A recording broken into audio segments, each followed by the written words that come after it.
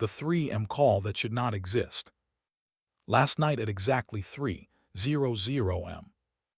My phone rang, and the caller ID showed my own name. But I was already holding my phone in my hand. I live alone in a small apartment. It's quiet, almost too quiet sometimes. That night felt normal at first. Nothing unusual, no strange sounds. Until exactly 3:00 am. My phone started vibrating in my hand.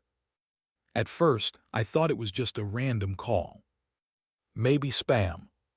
But when I looked at the screen, my body froze. The caller ID said, "Me." My own name. My own number. I stared at it, trying to process what I was seeing. Because I was already holding my phone. So who was calling me? After a few seconds, I answered. 4. At first there was nothing. Just silence. And a faint static sound. Then a voice. Soft. Barely audible. It sounded like me. "Don't open the door." My heart started pounding. Because at that exact moment, I heard a knock. Knock, knock, knock. Slow. Deliberate. I couldn't move. The voice on the phone whispered again. "That's not me." The knocking got louder. 4. I forced myself to stand up. Step by step, I walked toward the door. My hands were shaking as I looked through the peephole. Someone was standing outside. But something was wrong. Their face was distorted, blurred like it didn't belong in this world. But I could still recognize one thing. It looked exactly like me. Same face. Same eyes. I stepped back in shock. The voice on the phone whispered, "If it gets in, I won't be here anymore." Suddenly, the door handle started moving. Click, click, click. I couldn't breathe. I didn't open the door. I just stood there frozen. And then, the call ended. The next morning, everything felt normal again. No sound. No one outside. I slowly opened the door. Nothing was there. But on the floor, right in front of my door, was a phone. My phone. The screen was still on. Last call. Me 3:00 am. What do you think that was? And be honest. Would you have opened the door? Second story. The next night at exactly 3:00 am. My phone rang again. But this time, it wasn't in my hand.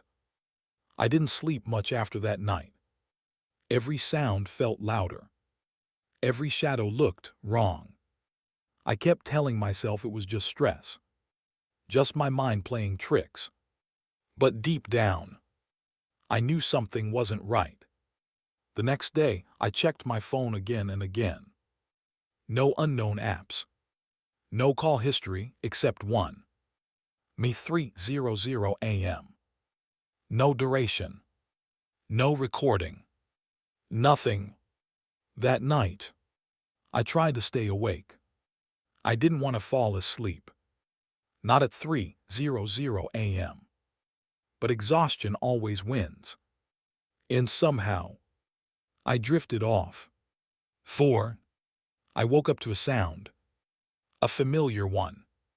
My phone ringing. I turned my head slowly. It wasn't in my hand this time. It was on the table. Across the room. And the screen was glowing. My heart started racing. I didn't want to look. But I had to. I got up. Walked closer. And saw it. Caller ID, me. Again. But this time, I hadn't even touched my phone before it started ringing. I answered it. 4. The same static sound.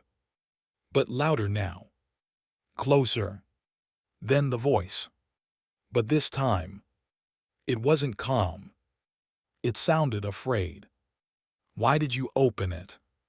My chest tightened. "I did," I whispered. There was a pause.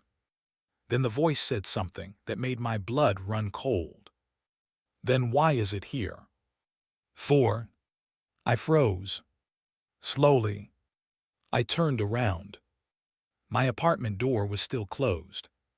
Locked. Nothing had changed. But something felt different. The air felt heavier. Like I wasn't alone anymore. Then I noticed something. My mirror. Across the room. I was standing there, holding my phone. But in the reflection, there was someone behind me. For... I turned around instantly. Nothing. No one. But when I looked back at the mirror, it was still there. Standing behind me. Not moving.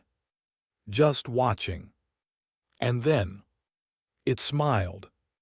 But I wasn't smiling. My phone dropped from my hand. And the voice on the call whispered one last thing. "Now it sees you." The lights flickered once. Then everything went dark. And in that silence, I heard breathing. Right behind me. If you were in that room, would you turn around? Third story. It was never outside, it was me. The last thing I heard that night was breathing right behind me. But when I turned around, I realized something far worse. I didn't want to turn around. Every instinct told me not to. But the breathing, it was real. Slow. Close. Right behind my neck. I clenched my fists. And turned. Nothing. The room was empty. Completely silent again. 4. The lights flickered back on. Everything looked normal. Too normal. The door was still locked. Windows closed. No sign of anyone. I tried to calm myself down. "It's over," I whispered. But then, my phone vibrated again. 4. I looked at the screen. Me calling. But this time, I wasn't holding my phone. I looked down slowly. My hands were empty. So what was ringing? The sound wasn't coming from the table. It was coming from inside my room. 4. I turned toward the mirror. And my heart stopped. In the reflection, I was standing there, holding a phone to my ear. But in real life, my hands were still empty. The reflection slowly lifted its head and looked directly at me. 4. Then, it smiled. Not like me. Something wrong. Something aware. I couldn't move. The phone in the reflection was still ringing. And then, it answered the call. 4. I heard the voice again. But this time, it wasn't from the phone. It was from the mirror. Soft. Calm. Final. "You opened the door." My mind raced. "I never did," I whispered. The reflection tilted its head and said, "You did. Just not the one you can see." The room went silent again. But something had changed. The reflection was no longer copying me. I raised my hand. It didn't. It just stood there, watching, waiting. The next morning, everything looked normal. Except one thing. The mirror. There was no reflection. Just an empty space. Where I was supposed to be. And behind me, standing in the room, was someone else.